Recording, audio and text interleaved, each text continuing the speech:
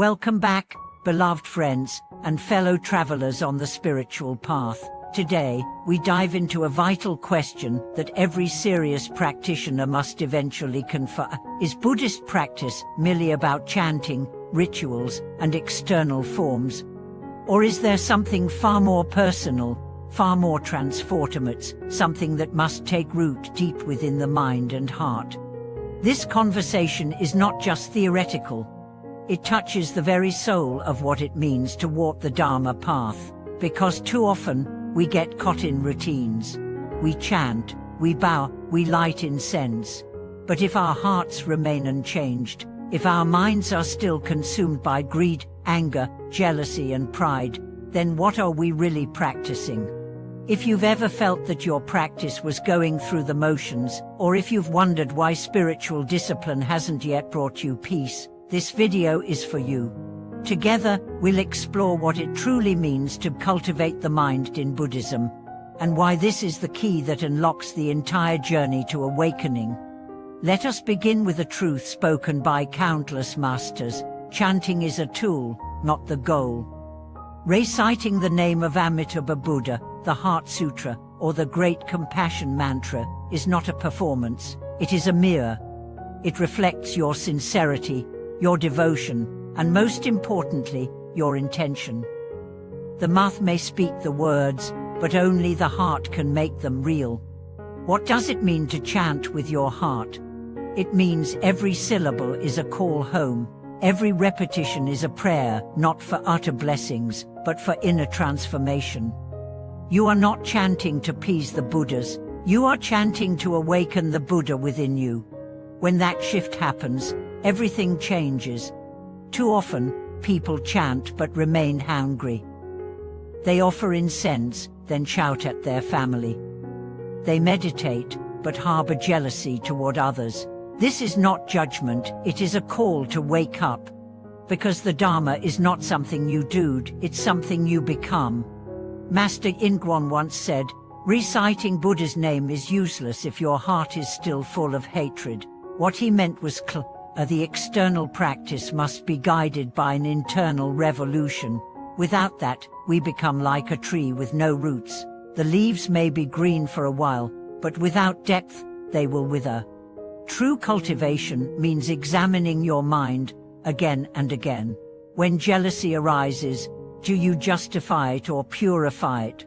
When pride arises, do you feed it or transform it? When sadness appears, do you hide it or understand it? These moments are the real temple. This is where your Buddhism lives. Every reaction is a test. Every emotion is a teacher. Every conflict is a Dharma gate. Let's take a real-life example. A woman recites the Great Compassion Mantra every morning. She has done so for years, but she notices that her anger still flares easily, especially with her husband. One day, after an argument, she sits quietly and reflects, if I am truly invoking compassion, why do I feel so justified in my rage? This is the beginning of transformation. She doesn't stop chanting. Instead, she brings her anger into her chanting. She dedicates her practice to dissolving it. She prays not for her husband to change, but for herself to soften. Weeks go by. She begins to listen more. She yells less. Her heart opens. This is cultivation. Real cultivation is gritty. It happens in the moments you want to run away, but instead you stay present. It happens when you're tempted to lie, and instead you tell the truth. It happens when you choose forgiveness over blame, not once, not perfectly, but consistently. You see, the Dharma is not a philosophy to admire. It is a discipline to embody. And that embodiment must begin with the mind. The Buddha's core teaching is this: all phenomena are preceded by the mind, governed by the mind, made by the mind. If you understand this, then you understand that your entire world, your joy, your suffering, your peace, your confusion, is a projection of your inner state. So what does cultivating the mind actually involve? First, mindfulness. Not just on the cushion, but in every moment. Watch your thoughts. Listen to your inner voice. Notice your tone. Observe your assumptions. Most of our suffering comes not from life itself, but from our interpretations of it. Second, honesty. You must be radically honest with yourself. Pretending to be spiritual while secretly clinging to ego is the greatest trap. A true practitioner bows to their own darkness and brings it into the light, not to shame it, but to transform it. Third, repentance. Not as guilt, but as purification. Say, I see my mistake. Own it. I vow to do better. This is not weakness. It is courage. It is maturity. Fourth, intention. Why do you practice? To feel superior, to escape pain, or to truly awaken for the benefit of all beings? Let your intention be your compass. Revisit it daily. Fifth, compassion. Not just for others but for yourself. Speak gently to your wounds. Embrace your imperfections. You are not failing. You are learning. Keep going. Sixth, discipline. You cannot master the mind without consistency. Set a schedule. Keep a vow.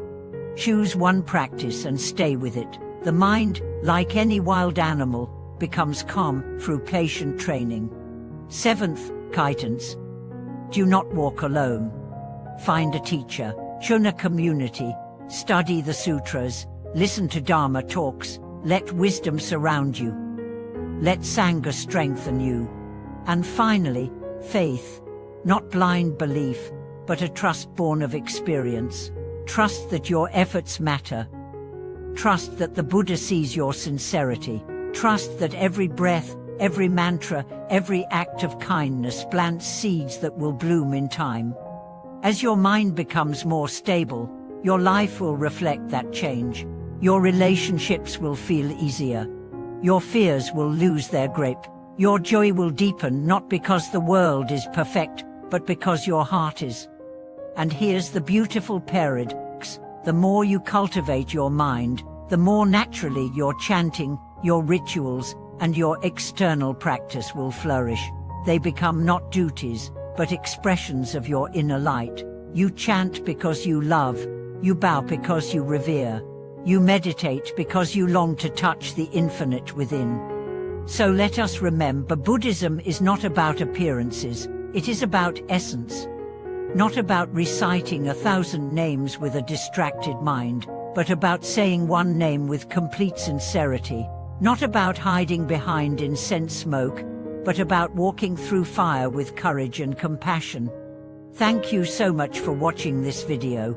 If you've ever struggled with the gap between your outer practice and your inner state, or if you've found a way to bring both into harmony, please share your experience in the comments. Your journey may inspire someone else to stay the course. Please like, subscribe, and stay tuned for more deep reflections on the path of transformation. Until next time, speak honestly, walk humbly, and cultivate the mind as if your awakening depends on it. Because it does. Namo Amitabha Buddha. Thank you for watching this video.